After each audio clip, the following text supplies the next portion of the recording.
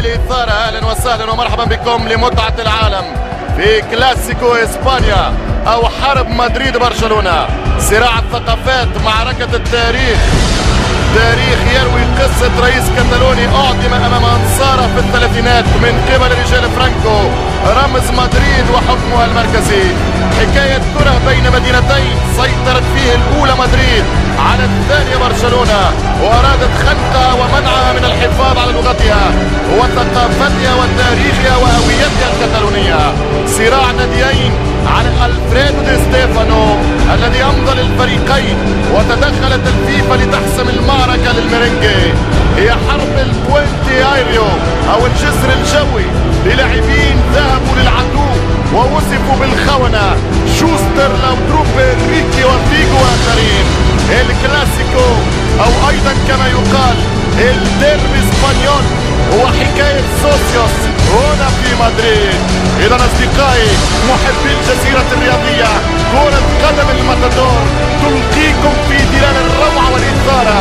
لقاء نمبر 1 2008 كريستيانو ضد البيست بلاير 2009 ليو ميسي.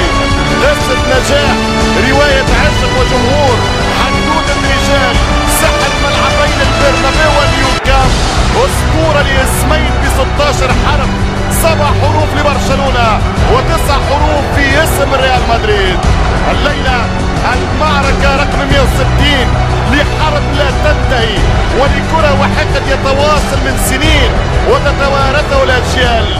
البارسا والريال أو المدريد برشلونة، ميسكي كلاسيكو. أكثر من مباراة في كرة القدم، هي سياسة وبزنس، اختلاف ثقافات وتقاليد، دفاع عن هوية. فمن سيفوز في المواجهة الليلة؟ العين على الجوائز من الكبيرين، الظاهرة الولد والرجل الذي يلعب بالبيضة والحجر، كريستيانو الدون البرتغيز، رونالدو، أو ستكون للظاهرة الجديدة لليو ميسي، عجيبة الدنيا الثامنة، لاويتيان ميرفي كومون. نعم، هكذا سميته بعد أيام وساعات النويفو كونكيستادور، الفاتح الجديد. إذا اللقاء سينطلق في إثارة المواعيد الكبرى. كتالوني كنت بألوان البلاوغرانا أو من عشاق الميرينج مدريد، الليلة ليست ككل الليالي. ستنطلق القمة، ستبدأ الإثارة، ستبدأ الحكاية، ستبدأ الحسابات. مباراة القطبين، مباراة النارين، مباراة الرائعين، الحجرين الكريمين.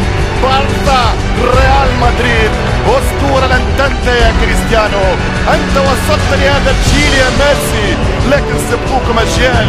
من هنا مر دي ستيفانو، هنا لعب كوبالا، هنا تألق النجم لويس سواريز، هنا سجل كرويف، هنا أبدع دييغو، هنا تألق ريفالدو، هنا كانت أهدافك يا هوجو يا سانشيز. ومن هنا مر روماريو، من هناك تعدى ريفالدو، تعدى راؤول بلانكو غونزاليز. أسماء وأسماء، والكبيرين ثابتين في نفس المكان، والكبيرين ثابتين في نفس المكان.